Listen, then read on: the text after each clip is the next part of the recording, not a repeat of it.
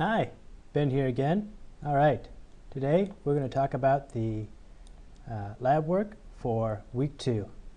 So this week's lab involves details about electric fields. So we're going to start walking through those guys. So first problem, first activity, here goes. So the pictures below show the electric fields of 2 different point charges, one positive and one negative. The charge in the top drawing is a +2 microcoulombs, and the charge in the bottom is -5 microcoulombs. Okay, that seems reasonable. Electric field is represented by the lines in these drawings. Write a rule describing the representation of electric fields by field lines in the box below. Consider in particular. All right, so I'm just going to talk these through because writing on this program with real-time board is not the easiest, or at least it's terrible handwriting. So first part is the direction of the lines indicated by the arrows. All right, so the arrow direction is going to be with a source, i.e. a positive charge. The arrows are going to be away from the source, i.e. away from the positive charge. And then for the negative, the arrows are going to be towards the sink or towards the negative charge. The places, number 2, part 2. The places where the lines start and end relative to the signs of the source charges. Okay, so what they're saying is you look at the electric field like a vector, I guess a ray. So the lines for a positive start at the charge and then go, they don't have a defined endpoint. Yes, I would say the endpoint is undefined for a positive charge. And then for a negative charge, which is a sink, the endpoint is defined as the charge itself, and where the beginning point is undefined. You could say infinity, but undefined is better. And the way I try and keep this straight, as I mentioned in my discussion of Gauss's law, I like to think of this as a kitchen sink analysis, where the source is the faucet and the sink is basically the sink. So what happens is, if you look at it from like water, hydraulic analogy, you turn on the faucet, water comes out of the faucet and then goes into the sink. Source, faucet, and then sink, sink. So same idea. All right, part 3, the separation or spacing between the lines in a particular region relative to the strength of the field. All right, so what we have here then is they're talking about the density per, I guess in this case it'd be like cubic meter, but since it's 2-dimensional, it's going to be per square meter or whatever. So if you have that box right there, and I take that exact box, copy and paste it, and then move it, move you darn box, here we go. Why are you so poor at being moved? All right. So in this box, exact same size, I have 1, 2 lines in it. This has 1, 2, 3, 4 or 5. So the idea here is the charge density is proportional to the charge, to the strength of the charge. Sorry, the electric field lines are proportional to the electric charge.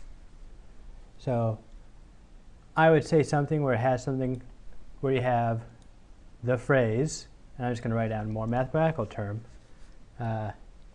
electric field lines are proportional, I'm going to make a little alpha, to charge. Say it a little bit more formally than that. That's basically what you should say for part 3. The number of lines starting or ending on a charge relative to the magnitude and sign of the charge. Field line. For this one, you should say field line density. Field line density. There we go. And for 4, number of lines. So number of lines, make that little I, is proportional to charge.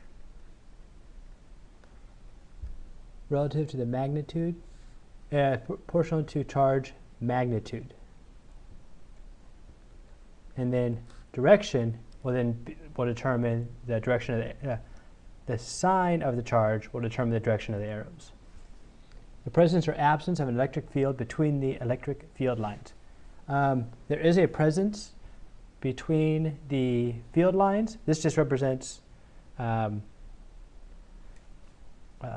ideally, because there's electric field everywhere, the electric field lines that are drawn just represent the density. So a better way, or I guess a more accurate way to represent this could be instead of using separate lines, they use like black and white, or like shading. So like white could be very few electric field lines, where black or grays would be more electric field lines. So like this one would be whiter, this one would be darker, lighter shade, darker shade. And I give a better example of it's everywhere, as opposed to this where it just shows a greater density. And you're like, oh, there's individual lines, but if you're between them, you're okay. No, it's not the case at all. Electric field lines are everywhere. They're just represented discretely. All right, so that's the 5 rules that we've created. Now let's go over here. Ooh. All right, so next, consider the field lines of a configuration of 2 charges of equal magnitude but of opposite sign, a dipole. This combination of charges is called an electric dipole. All right, so I have some previously constructed charges. I'll call them charges. Put them here. That way I can work with them. All right. Okay, so we're now considering that. Okay, so we'll basically compare these charges to how that works. So now we've got to check the rules to make sure that this makes sense with these 2 diagrams that I have. So on the left I have a positive. Nope, on the right I have a positive. As you can see, they're all going out. Yep, that's true. And then on the left here, it's a negative, a sink, they're all going in. Okay? And the way it has it drawn is that they overlap. So I'll move that guy up there, and this guy over here. All right, so now it overlaps just like this. But you look at this, you're like, oh, well, the picture isn't quite the same. Well, let's look at where some of the points overlap. So if we look at one point in particular, let's see, right, turn the pen around, right here. So here we have a vector going this direction, and then we have a vector going this direction. So when we added these two, if we add these 2 vectors together, we should get a field line that's going to the left. And we could do the same thing down here. We have one vector which is going this direction, and the other vector is going that way. We add them together like this. Okay. We could look at these 2 lines up here, extend them out,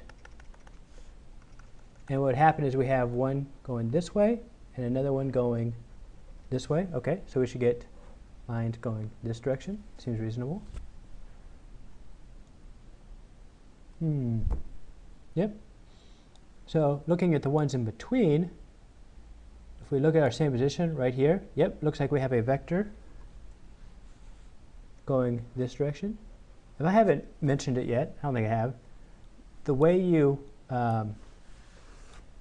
basically account for multiple charges is you superimpose them. Just straight superposition.